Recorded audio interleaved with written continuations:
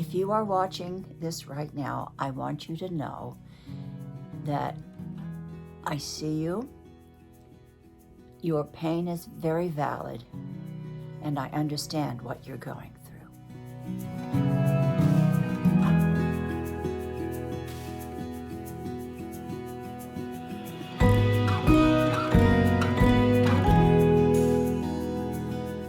Hello everyone, this is Sandra Hart and welcome back to my channel. I get so many comments down below of people asking me certain questions about life and if they're in a situation and they need help right away, and I try my best to answer all of them. But today I am going to be touching on a very painful and sensitive subject that probably most of us have gone through in our lives at least one time, and that is infidelity. It's such a painful and sensitive topic to talk about because it not only affects our self-esteem, it affects our feeling of being not worthy enough, about being in shock, about betrayal, and it has a lot of other emotional things attached to it. And I know this because I have had such a thing happen to me in my life. So I am speaking from my heart because I have been there and done that. As you know, if you follow me, my first husband suffered from schizophrenia, and part of his illness was infidelity. He was unfaithful to me, and it took me a while to find out. And then when the tables were turned, he thought that I was being unfaithful to him, and that's when his paranoia and his schizophrenia really, really blossomed. But infidelity can happen to anyone, and it doesn't have anything to do all the time about mental illness. It's a painful, painful subject about betrayal and the brokenness and the shock that we feel when it happens to us, no matter how young or how old you are, if it's just a fiance or a boyfriend or a partner or a husband.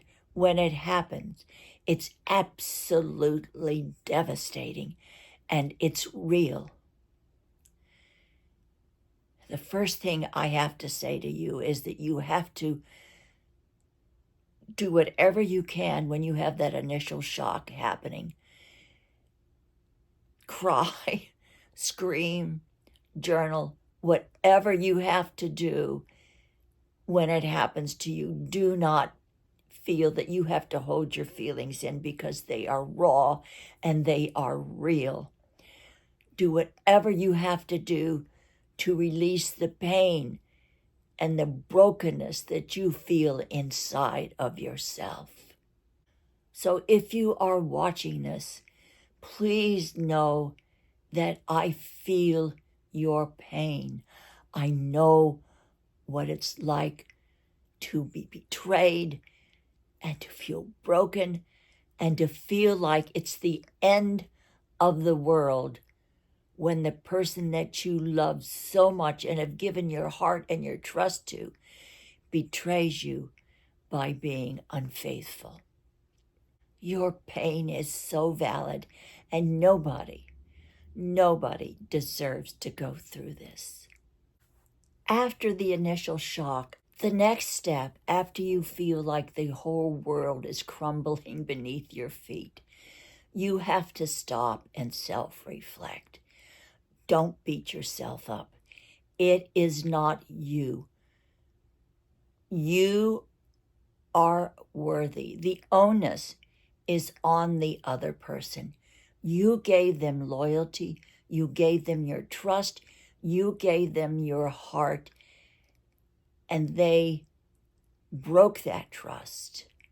They broke the fidelity that you felt that you both had together. And maybe if you're married, that you promised one another at the altar.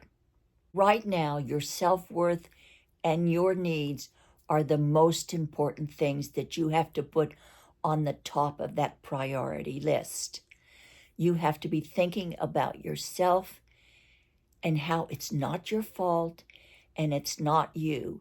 It is so, so easy to believe that, oh, I wasn't good enough. Could I have done more? What did I do wrong? It is not you. It is the other person who broke that. If you were having troubles in the relationship and you were kind of thinking that it was a rocky road and you weren't too sure, but sometimes it comes right out of the blue and you hadn't a clue that this person has betrayed you. So it's not you. You are enough.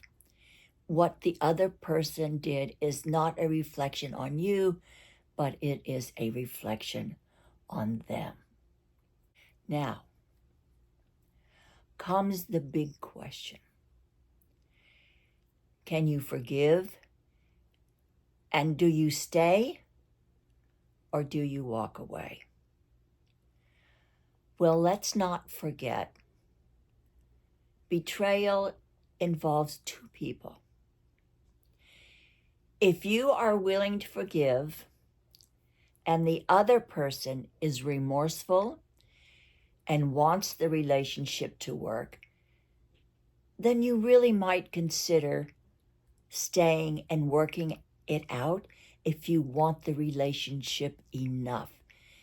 If you have thought about it and you realize that you can forgive, you love this person and you want to spend the rest of your life with them, then it's really worth maybe working it out. But it has to be two people who are each giving and sharing. It cannot be a one-way street. It can't be, oh, you want the relationship and you want it to work out, but the other person is not really willing to commit to that relationship. It's not going to work permanently. It may work for a short time, but then that person is going to go back to their old ways because they haven't committed to working it out together, either through marital therapy or some type of healing on both sides.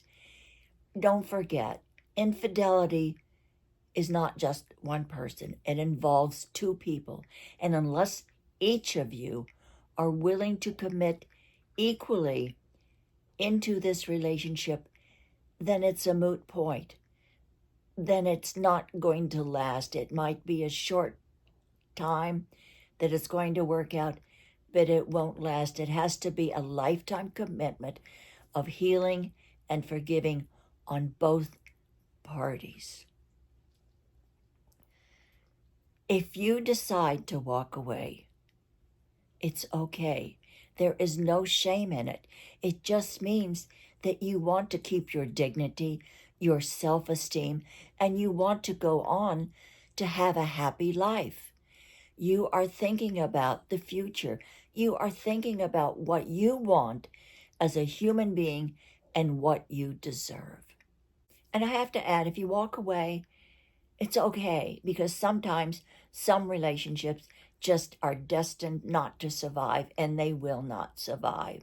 So it's okay. Once you are over the initial shock and you settle down and you realize that your life is not over, I'm going to give you 4 questions to ask yourself honestly before you make any decision about the relationship. Can you forgive your partner? Not only for their indiscretion, but for the hurt that they have caused you. Do you honestly believe that your partner is remorseful and that he is willing to put in the emotional work to see that this relationship survives and it will be a permanent healing on both sides? Remember, as I said, infidelity involves not just you, it involves 2 people. Are you willing to put in the emotional work that is necessary for forgiveness and healing?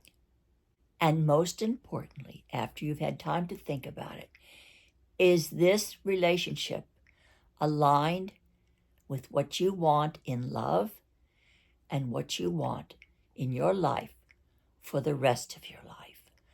4 very important questions to ask yourself once the reality has settled in about the infidelity and what has happened to you. Please never forget that the most important relationship you will ever have in your entire life is your relationship with yourself. You have to be happy with your decisions about your life, and never ever forget that you are in control of your decisions. You're not in control of things that happen to you caused by other people, but you are in control of yes or no, stay or leave. That decision is yours alone to make. You deserve a love that honors you, that is loyal and true to you. Everyone deserves that type of relationship, whether it winds up to be a relationship with yourself or a relationship with someone else. Please don't settle for anything else. You deserve a relationship that is worthy of you. You are so much more than what happens to you in life.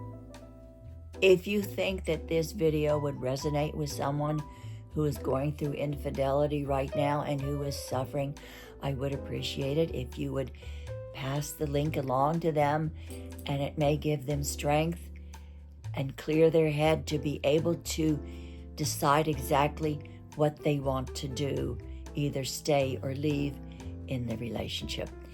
Thank you for being here, and if you're out there and you're feeling lonely, please know that you are not alone and that you are truly, truly loved. Let's all pray for world peace, and I hope you come back next week for another conversation. Thank you, and I really appreciate each and every one of you. See you soon.